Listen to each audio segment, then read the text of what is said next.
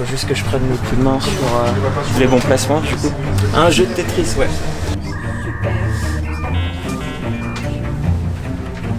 Le Tetris n'est jamais fini. Encore une histoire de placement de nouveauté. Est-ce que t'es à la même place depuis une semaine? Oui, mais j'ai pas bougé. Je sais pas si t'as remarqué, ça commence à être compliqué en vrai.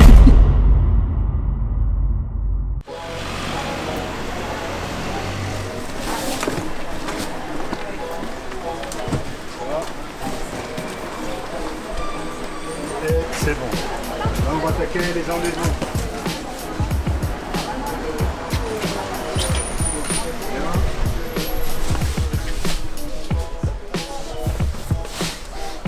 Pose coulis, c'est bon. Là, c'est l'enlèvement.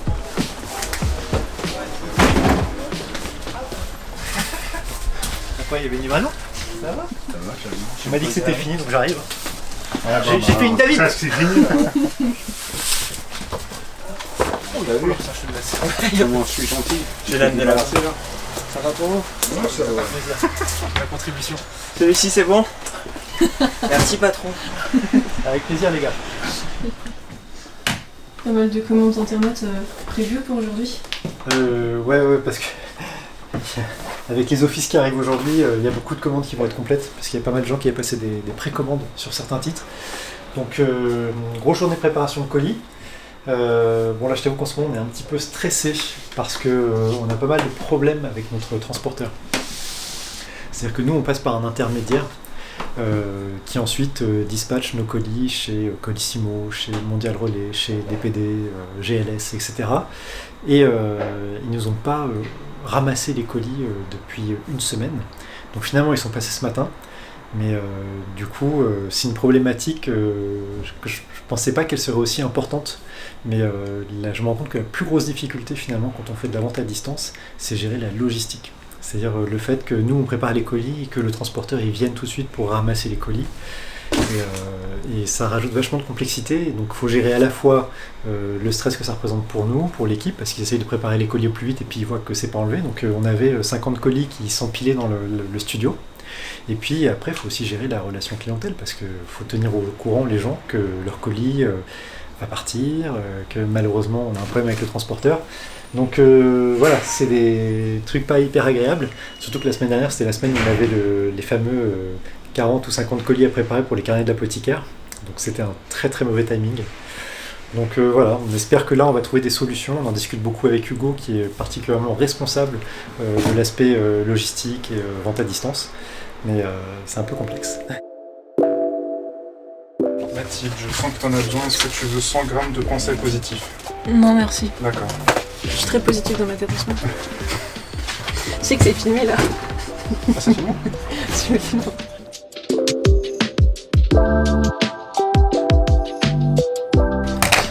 Le 10e sur 250.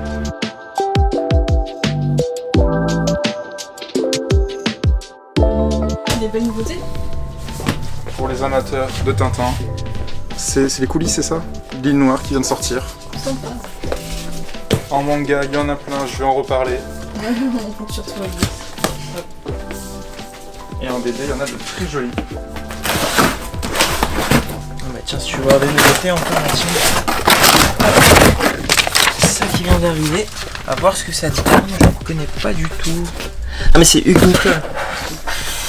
Il a un trait de dessin très particulier. Ah mais c'est intéressant les gars. Ouais, alors faut que je me rappelle du nom. Il avait fait une super BD où c'est une sorte d'auteur qui part en enquête et qui est colorisé par Isabelle Merlet. Mais je te cache pas que j'ai plus le nom. C'est pas grave, je retrouverai, je mettrai à l'écran. Ouais, exactement. Et franchement, il y avait un côté très décalé, enquête complètement fun. Donc à voir ce que ça donne celle-ci. Qui dit rentrée dit nouvelle tombola sur librairiebd16.fr et cette semaine nous allons vous faire remporter le tout nouvel album de Jesse Lonergan intitulé Drome chez 404 Graphics.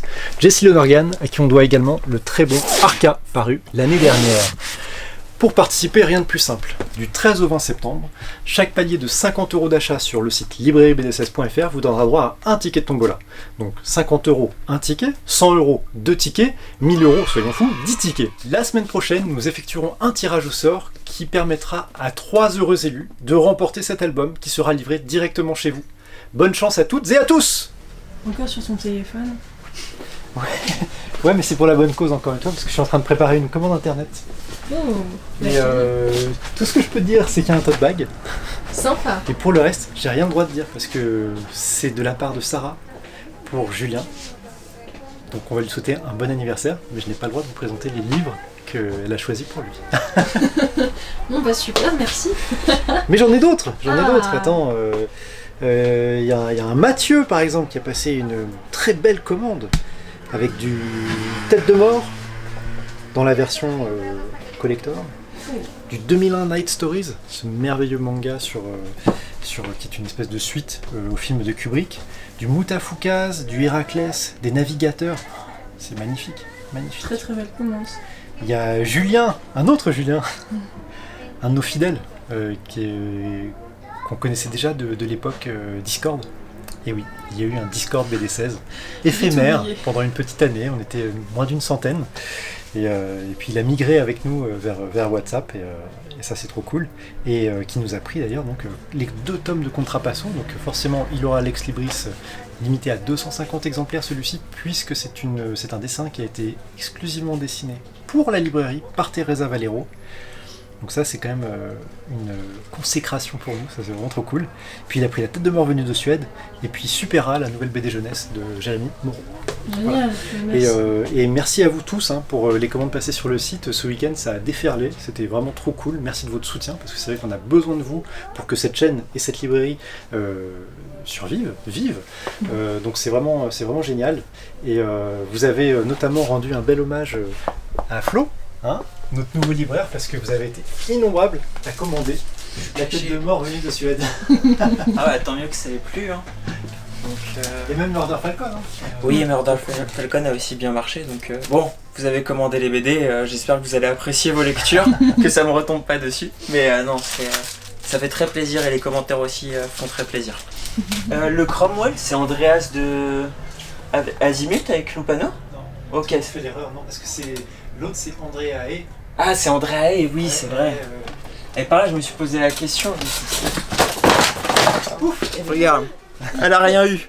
Oh, c'est exceptionnel. Je peux remonter, je chabouté, ou tu veux qu'on me laisse ici pour l'instant? Le plus loin qu'ailleurs. Le chabouté. C'est un de mes auteurs préférés. Attention, on en parlera peut-être un jour. Attendez, la mais, caméra, venez par là. Il est en train de me demander si chabouté on va le remonter. Non mais c'est un malade. mais y a Il va trop dire de quoi sorties. Guillaume sinon? Il y a trop de sorties. Il va plus jamais. Chabouté, il a une place là dédiée. Même s'il n'y a pas de nouveauté pendant 4 ans, il y aura toujours du chabouté ici. Je te le promets Guillaume. Et j'adore cet auteur au cas où. On soit bien d'accord, c'est un de vrai, mes coups de c'est- cœur aussi. Hein. C'est une des premières choses que tu nous as dit en arrivant. Et bien sûr. Et pour moi, tout seul est un chef-d'œuvre. Voilà. T'as peur de prendre des coups en fait. Ouais, j'ai peur, ouais, c'est ça. Je regarde pas les commentaires après parce que sinon je peux te dire. Je parle pas de remonter Crimi parce que là, pareil. Mais t'es un malade. Voilà, je Mais connaissais t'es la complètement réponse. dingue. Non, Mais mais... tu viens de lire en plus. Oui, que je viens de lire en plus. Et alors Et je comprends que ce soit le coup de cœur et la meilleure vente de la librairie. Ah. Et je vais l'acheter pour moi, j'attends un petit peu, mais c'est sûr que ça finit dans ma bibliothèque perso. Quoi. Veux-tu que je tue pour toi? Magnifique. La perversité des titres en manga, c'est quand même incroyable. Hein. Oh, mais il pose juste la question. Que fait Ségolène Royal? Que fait Ségolène Royal? Moi, Ah je me demande. Crayon Shinchan, il est sorti cette semaine, Flo? Crayon Shinchan, Oui, c'est arrivé. c'est arrivé aujourd'hui?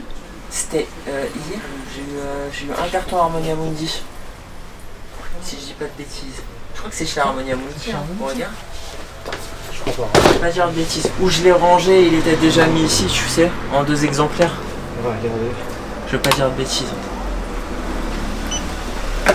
Mangetsu. Non, c'est Hachette. 3700. Ça faisait partie des mangas qui étaient ici. Si Hugo est pas là, on est complètement largué. C'est sorti la semaine dernière. C'est On sorti est la semaine perdu. dernière. On est vraiment, Reviens Hugo, arrête les colis.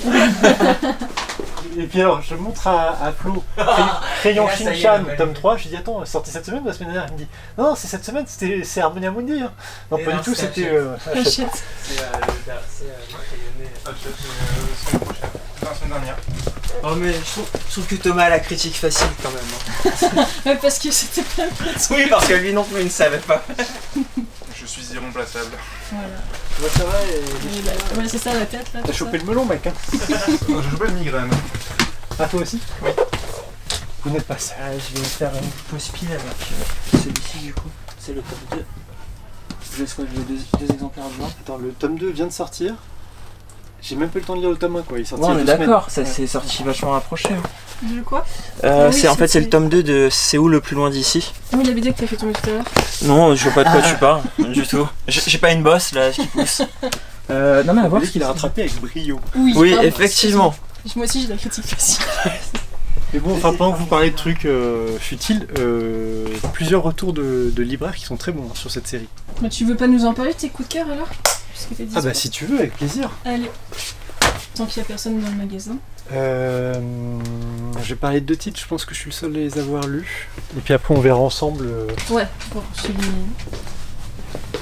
Flo, on est d'accord? Ça et ça. Tout récent. Tu les as pas lus? Non, pas encore. Je vais vous parler de ces deux-là. Ça va être la séquence émotion de cette vidéo. On arrête. Il faut reconnaître que moi depuis quelques années je suis quand même devenu très sensible et donc il y a 2 BD que j'ai lus ce week-end et qui m'ont particulièrement ému.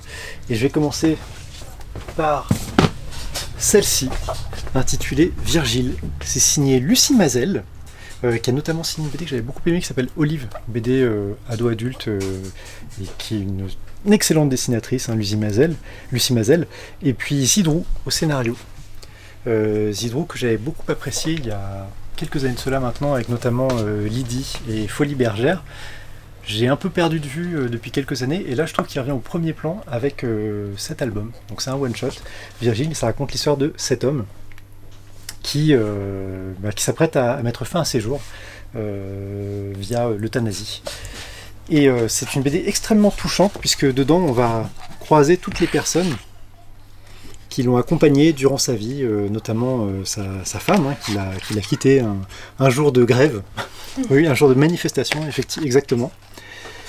Et puis après on va voir sa fille, puis ses petites filles. Et j'ai trouvé que c'était raconté avec beaucoup de sensibilité. Puis à chaque fois en fait, les auteurs font un gros plan sur un de ces personnages qu'on croise et qui nous disent un petit peu ce que ces personnages vont devenir dans le futur. Les dialogues sont excellents. Franchement, je trouve que ça tape dans le mille, c'est toujours dans l'émotion, mais avec beaucoup de justesse. Et je sais pas, j'ai trouvé les personnages très attachants, vraiment une très jolie lecture, très émouvante, avec une fin vraiment à la hauteur. Et je fais un petit coucou à Seb, le libraire, qui se reconnaîtra de la commu WhatsApp, qui m'a révélé un détail qui m'avait échappé, mais je ne vous en dis pas plus. Vous le découvrirez par vous-même. Voilà, très belle lecture. Je pense que ça va être un des beaux succès de cette rentrée. Un auteur dont on entend parler régulièrement sur notre chaîne YouTube et puis globalement au magasin, c'est Fabien Toulmé. Fabien Toulmé qui a connu un immense succès avec l'Odyssée d'Hakim, et puis auparavant avec Ce n'est pas toi que j'attendais, un auteur qui est toujours aussi dans l'émotion, toujours à fleur de peau, et qui là revient avec une fiction sur un ingénieur informatique qui a fait un burn-out, qui souffre de douleurs physiques assez intenses, mal de dos, pourtant il n'est pas libraire, et qui va donc se reconvertir en tant que AESH, donc c'est en gros une personne qui est assistante dans les lycées et qui s'occupe plus particulièrement des élèves handicapés. Et grâce à cette mission, qui est pour une année scolaire en fait, il va un petit peu s'ouvrir aux autres, oublier un petit peu ses propres problèmes pour se consacrer à aider ceux qui sont dans des difficultés encore plus importantes. Donc toute une galerie de personnages, que ce soit des professeurs, des parents d'élèves, les élèves eux-mêmes évidemment. Et encore une fois, c'est raconté avec énormément de justesse. Ça m'a rappelé un petit peu le film de Toledano et Nakache, Hors Norme. Mais je pense que Fabien Toulmé, il est encore plus dans l'émotion et puis aussi dans l'aspect social. Parce que c'est quelqu'un qui est personnellement concerné par l'enfance handicapée, notamment par le biais de sa fille. Et donc là, dans cet album, il s'occupe en particulier d'un élève autiste et qui va aider un petit peu à s'ouvrir aux autres. Et, voilà, encore une très belle petite pépite d'émotion, je trouve. Ulysse de Fabien Toulmé. Voilà. Celui de Batman, gros succès, on est très content. On s'y attendait pas. Ouais. On a toujours de l'Exibris. Peu. Je crois qu'il nous en reste pas tant que ça. Oh, bah super, ça marche bien. Oui. Cette expérience des Exlibris, très prometteur. Très concluant. Toujours hâte de voir les suivants maintenant. Ça devient une vraie attente. Mais je tenais à montrer. Michael C'est Jackson. quand même Michael Jackson. Hein. Il est revenu, thriller. D'entre les morts. C'est ça. Il est revenu pour nous et ça, je trouve ça stylé. Et tu l'as lu sinon? Ah non, je vois pas lu un seul tome. Bon là, il n'y a pas grand monde aujourd'hui ce matin. Oui, bah écoute, journée de grève nationale, donc on se roule un peu les pouces. On risque de pas avoir de livraison aujourd'hui non plus, puisque les routes sont un peu bloquées. Donc voilà, en attendant, on s'est dit que pourquoi pas parler des livres qu'on a lus récemment, puisque c'est un peu notre job. L'homme qui plantait des arbres, l'adaptation de la nouvelle de Jean Giono. On va tout simplement suivre. Tu veux que je te montre quelques pages au cas où? Ouais, carrément. On va suivre un jeune homme qui va aller vers la Haute-Provence. Et en fait, ce jeune homme va faire la rencontre d'un... alors pas un agriculteur. Fermier. Oui, exactement, un fermier. Et en fait, cette rencontre, on va avoir une amitié qui va se créer entre ces deux hommes. Et on va découvrir que cet homme ne cherche qu'une chose, c'est vivre au plus proche de la nature. Et surtout, essayer de faire pousser une forêt à lui tout seul. Dans un endroit Ouais. complètement sec. Exactement. Et il y a vraiment en fait ce côté un peu... c'est pour les amoureux de la randonnée, de la nature. Et c'est surtout en fait cette amitié qui va se créer entre les deux qui est ultra sympa vu qu'on va les suivre sur plusieurs périodes. On va passer de la Première Guerre mondiale à la Seconde Guerre mondiale. Ah d'accord. Et cet homme-là, en fait, justement, lui, ne veut rien avoir à faire avec notre société. Et pourtant, il arrive toujours à pouvoir, justement, continuer sa quête dans le fait de planter ces arbres et justement faire pousser cette forêt en Haute-Provence. Donc, On va c'est un- s'interrompre pendant ça. ouais, bien sûr. On va aller s'occuper des colis, et puis on Il y a de la reprend réception à faire, parce du coup. qu'en plus j'ai des questions à te poser sur le bouquin.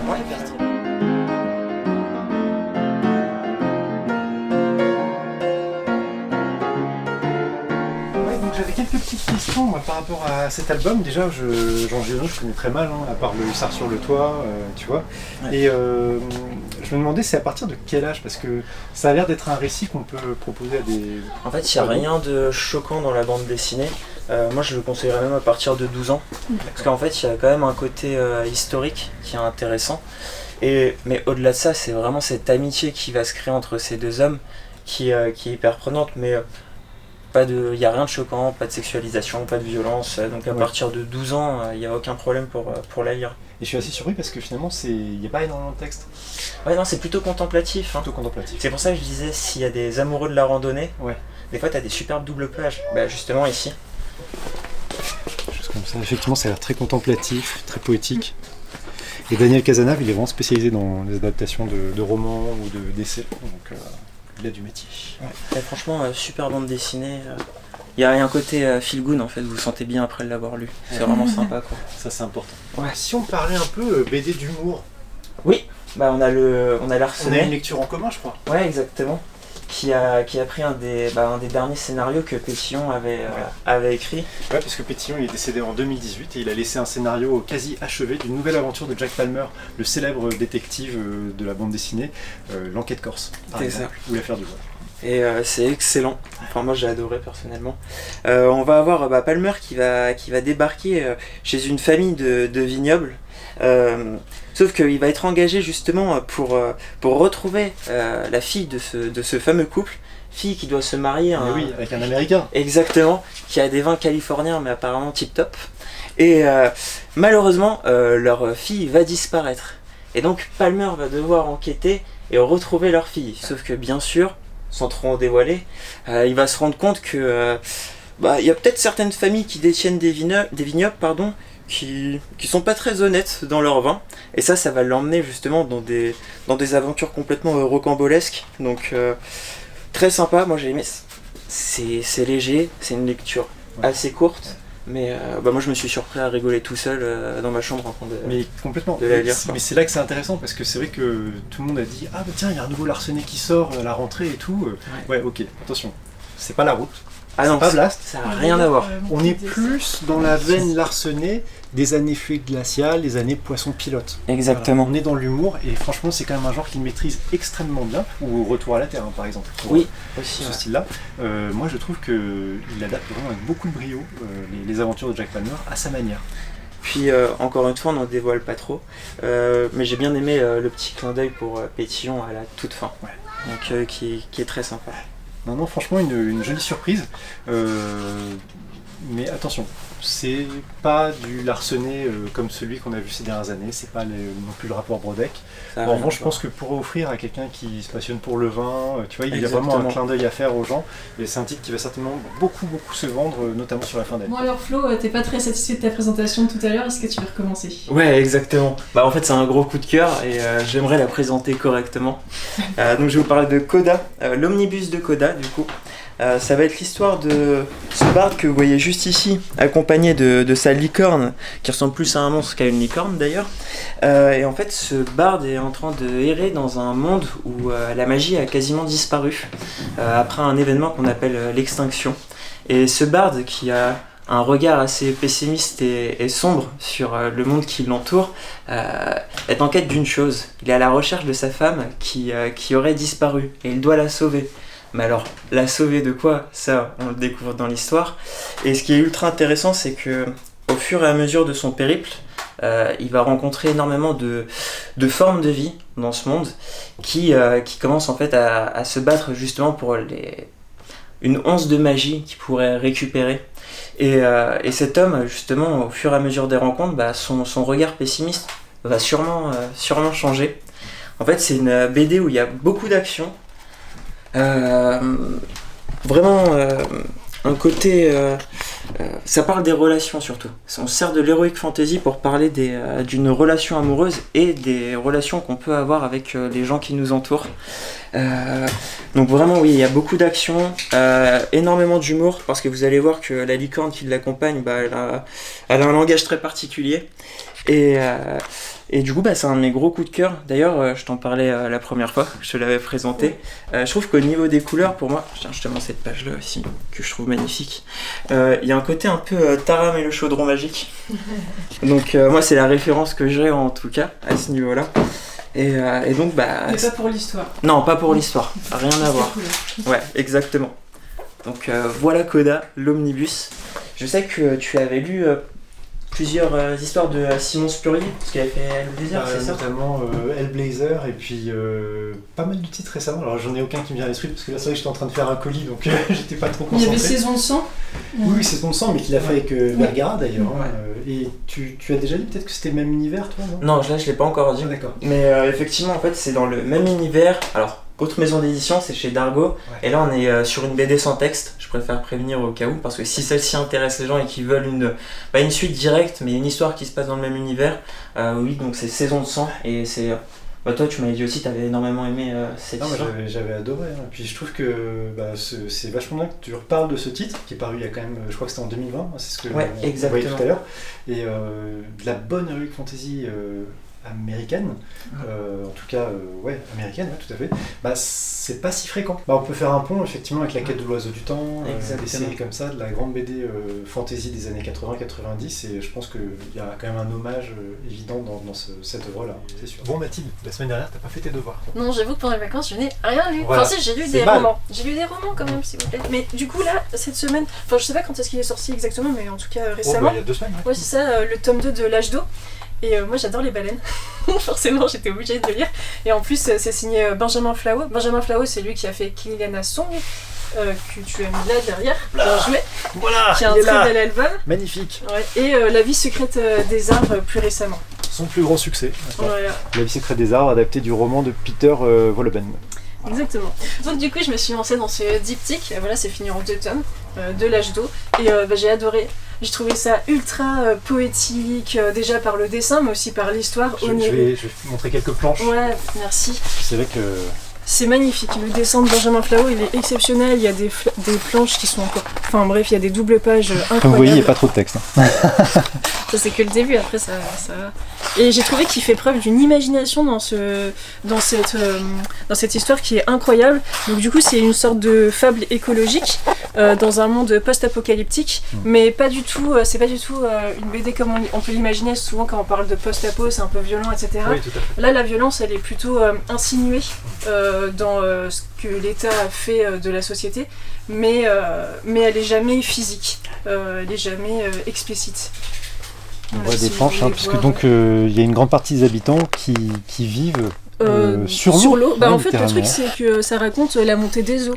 Ça se passe après la montée des eaux. Voilà. Et on suit ce personnage, ainsi que d'autres personnages, sa mère notamment, et puis les personnages qu'il rencontre au fil de son aventure. On voit quand même le dessin qui est vraiment foisonnant de Flao, très détaillé. Il y a un petit côté, je trouve, Hugo Pratt dans les visages des personnages. Complètement, oui. Et puis il y a des planches de décors qui sont vraiment magnifiques. Ouais, notamment dans le tome 2 avec la baleine. Je fais une petite obsession, désolée. Ouais, ça spoil rien, c'est dans le tome 2, mais ça spoil rien. Ça n'a pas de baleine là, mais ça j'adore cette planche. Ouais, je trouve que les couleurs sont superbes. C'est splendide. Et si je la retrouve... C'est vrai que comme dit Mathilde, c'est pas du tout du post-apo à la Walking Dead ou à la Gongo, un titre que t'aimes beaucoup, Flo. Ouais. Là on est quand même sur quelque chose de beaucoup plus paisible et puis militant aussi, puisque Benjamin Flao il a vraiment des convictions politiques et sociales qui ressortent au cours du récit et qu'on adhère ou pas, je trouve. C'est pas moralisateur. C'est pas moralisateur. Ouais. Voilà. Tu vois, c'est un petit peu comme du Jérémy Moreau. Je trouve que voilà, lui il croit en un monde meilleur, donc il l'exprime.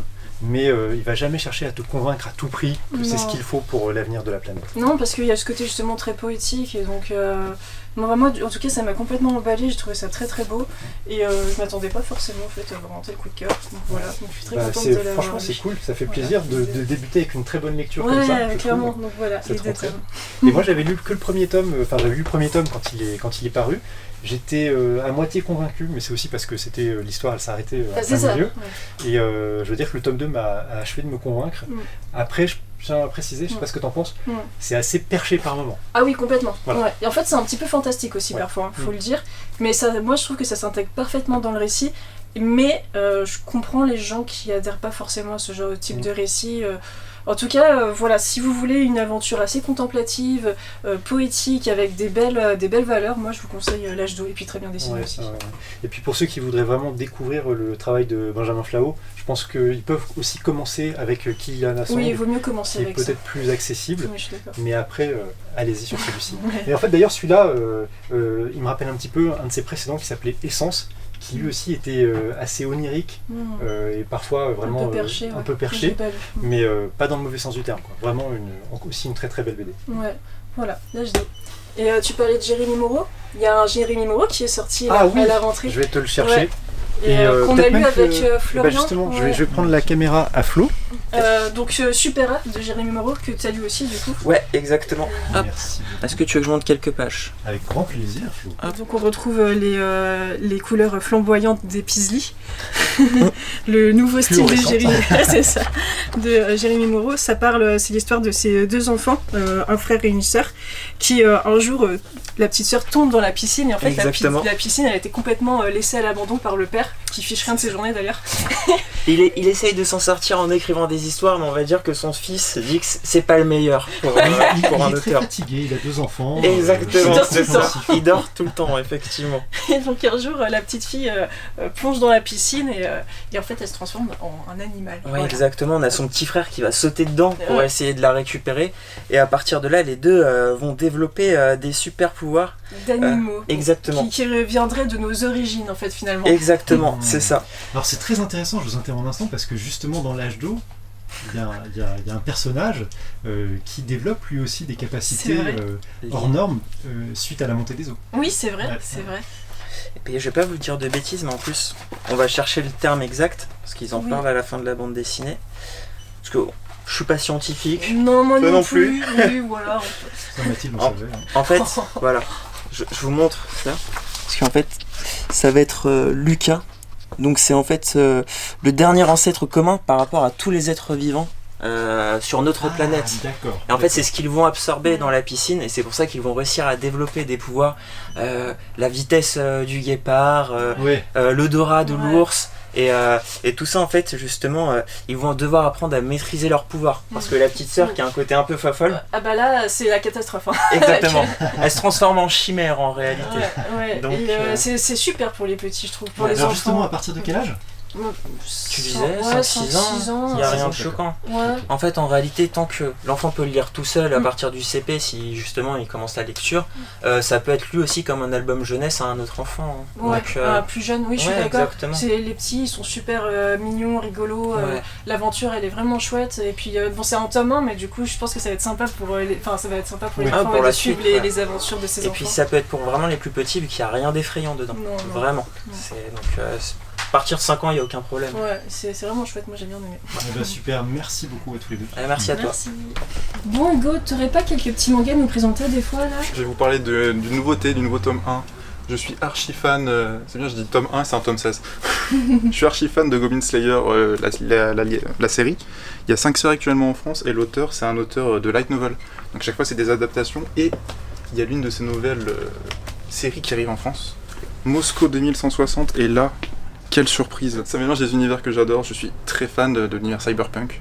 Donc là c'est tout de suite, c'est mon univers, on est dans une ambiance très froide. C'est rétro-futuriste, l'URSS est toujours debout. Donc là on est en 2160, il y a toujours la guerre froide entre États-Unis et URSS. Donc on suit un nettoyeur, c'est les hommes de l'ombre qui sont très souvent engagés pour des contrats plus ou moins malfaisants. C'est vachement bien écrit, on est dans un univers logique, c'est sombre, c'est frais, c'est un peu innovant, ça ressort de l'ordinaire, j'ai rarement lu des lectures similaires dernièrement. Petit détail que j'ai trouvé vachement bien, j'ai pas l'habitude de voir ça dans les mangas, que ce soit des mots anglais ou dans d'autres langues, même japonais. Il y a des mots en russe qui donnent un petit côté immersif, je dirais. On est sur un dessin assez classique, mais qui met directement dans l'univers. Voilà, on voit l'action, on voit les soldats, c'est typiquement soldats cyberpunk. Un peu de référence au jeu pour ceux qui connaissent ou à Gum, on voit des petites références, on sent que c'est inspiré pour les dessins. Vachement bien, ça c'est un énorme coup de cœur. T'avais un autre coup de cœur à nous conseiller? Tout à fait, alors très différent de ce que je présente habituellement, c'est un peu de douceur. Non, mais vraiment c'est pas ironique? Oui, non là c'est pas ironique, c'est vraiment très mignon, enfin il y a des morts, mais c'est de la douceur quand même. À savoir, je suis assez amateur d'histoire, Seconde Guerre mondiale, Moyen-Âge, j'aime énormément. Et là on va arriver donc à la table des chevaliers. On est sur une histoire qui parle du Moyen-Âge occidental, où on va suivre ce jeune garçon qui adore faire la cuisine. Et en fait, c'est ce qu'on va voir. On va voir un quotidien du Moyen-Âge. On va nous expliquer comment ils vivaient, comment ils habitaient, comment étaient construites les forteresses. C'est vraiment un guide historique. Et on apprend ce qu'ils mangeaient. Parce que des fois, on se dit ils avaient énormément de viande, énormément de poissons, etc. Pas du tout. Il y avait beaucoup de légumes, il y avait beaucoup de choses. Et ce que j'adore, c'est vachement bien fait. Il y a les recettes. Donc là, le soupe de Tu vas pois les chiches. refaire chez toi? Bah ça, j'en fais déjà. Voilà. C'est vraiment assez beau, c'est assez... certains, c'est sombre, mais ça peut être très, très joli, très joyeux. C'est vachement sympa. Et qu'est-ce que j'avais montré d'autre? Voilà, on voit les préparations, là c'était la tarte au lapin. C'est vraiment expliqué étape par étape, c'est vachement intéressant, on a pris vraiment la vie du quotidien au Moyen-Âge. Et c'est vachement bien. Tu as pris tes suites en fait. Voilà. Ça j'ai pas encore lu là sur Houdini, ça peut être sympa. Ouais.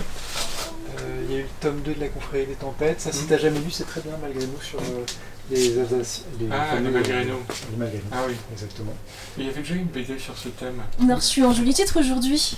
Bah écoute, oui, je suis assez surpris parce que finalement, l'office MDS qu'on aurait dû recevoir demain, donc c'est-à-dire jeudi, on l'a reçu un petit peu en avance. Donc on en a reçu qu'une partie, mais dedans il y a un titre dont on voulait particulièrement vous parler, c'est Contrapasso. Ça c'est le tome 1, mais c'est la nouvelle édition, hein, puisque maintenant il est publié dans la collection Air Noir de Dupuis. Et demain on va recevoir le tome 2. Et comme vous le savez peut-être déjà, on a un petit ex libris qui a été fait spécialement pour nous. Bon, le dessin est exclusif, il a été vraiment fait pour cet ex libris. Oui, tout à fait. Voilà. Il Teresa. peut-être bien à la lumière, comme ça on le voit bien. Bien. Teresa Valero nous a fait l'honneur de réaliser ce dessin exclusivement pour la librairie BD16. Et donc, l'ex libris vous sera offert pour l'achat du tome 1 ou du tome 2 de Contrapasso. Voilà. C'est super émouvant. Et puis on a également reçu donc en avant-goût de ce qui sortira demain, le tome 2 de Tokyo Mystery Café de l'atelier Sento.